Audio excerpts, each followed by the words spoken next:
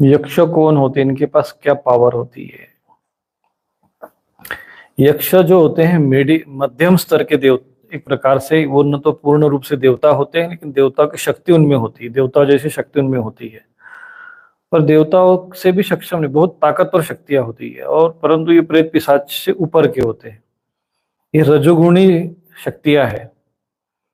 तो यक्ष और यक्षिनियां ये राजसी भोग देते हैं, राजसी ऐश्वर्य देंगे, राजसी सिद्धियां देते हैं, लेकिन ये फिर बाद में मरने के बाद अपने लोक में ले जाते हैं और फिर उसी तक सीमित रहते हैं। तो कम से कम जो ये प्रेत पिशाचों से उपासना करने वाले से देव यक्ष और यक्षिनी की उपासना करने वाले ठीक है। तो ये जैन परंपरा में यक्षों की उपासना ज्यादा होती है। जो जैन परंपरा है उसमें मणिभद्र आदि जो घंटा कर्ण ये सब यक्ष की श्रेणी में आते हैं।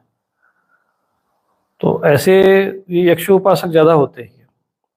आप सोच रहे होंगे कि जैन परंपरा में मंत्र तंत्र बस ये तो तपस्या करते रहते, इनमें इतने मंत्र विज्ञान है। हमारे ही मंत्र विज्ञान को इन्होंने अपनी भाषा में एक प्रकार से ट्रांसलेट किया है। तो कई प्रकार इनकी साधना मंत्र यंत्र, बहुत सारे यंत्र वगैरह होते हैं उसमें। तो उसमें कुछ देवियां भी होती है, जैसे पंचांगुली देवी थी, ये भी एक यक्षिणी ही होती है। ये सब ज्यादातर जैसे पद्मिनी को मानते हैं, पद्मिनी देवी है, वो भी यक्षिणी में ही आती है। तो इनसे ऊपर ये शक्तियां भी ठीक है। तो ज्यादातर आप देखेंगे ये जितने बड़े बड़े आप मूर्ति कला, शिल्प कला, जो प्राचीन काल के बड़े बड़े मंदिर बनते थे अद्भुत, जैसे हम लोग अजंता विलोरा का मंदिर देखते हैं, खजुराहो में आपने देखा होगा कि ऐसे जो मूर्ति की जो शिल्प कला है, तो इसके पीछे शक्ति इन यक्षों की होती है। ये यक्षों का कार्य वास्तुकला, इसमें ज्यादा ये रुचि लेते हैं, युद्ध में और इसमें। और जो अप्सराएं वगैरह या देव शक्तियां होती वो भी भोग योनि ही है, वो भी है, लेकिन वो सात्विक होते हैं और थोड़े वो ईश्वर की ओर ज्यादा उनका जो रुझान रहता है। वो शांत प्रकृति के देवता होते हैं और कल्याणकारी होते हैं। ये थोड़े से यक्ष जो है वो राजसी प्रकृति के होने के कारण काम और क्रोध की मात्रा इनमें ज्यादा होती है। तो प्रसन्न होने के लिए भी तत्कालिक रूप से ये प्रसन्न तो होते हैं, लेकिन फिर हानि भी तो बहुत ज्यादा अधिक मात्रा में देते हैं। और आज भी आप हिमालय में जाएंगे तो वहां पर यक्ष गंधर्व का वास है। मैं ऐसे स्थान में रहा हूँ और ऐसी चीजों से मेरे अनुभव हुए हैं। ये बिल्कुल एक्टिव रहती है। तो इनकी साधना भी की जा सकती है, लेकिन ये जो उच्च कोटि के साधक हैं, ये उनके लिए इनकी साधना ठीक नहीं है।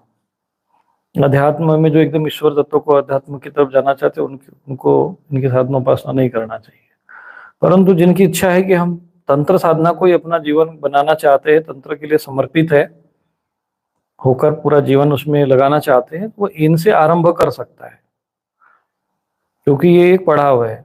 इनको अगर प्रारंभ यहाँ से लेते हैं तो धीरे धीरे आगे साधक बढ़ सकता है। लेकिन क्या होता है कि अधिकांश जो भी देवताओं की सिद्धि करता है साधक, किसी की भी साधना करेगा, तो वो चाहे देवता हो, चाहे प्रेत हो, चाहे वो अपने ही तक अपने घेरे में रखना चाहता है।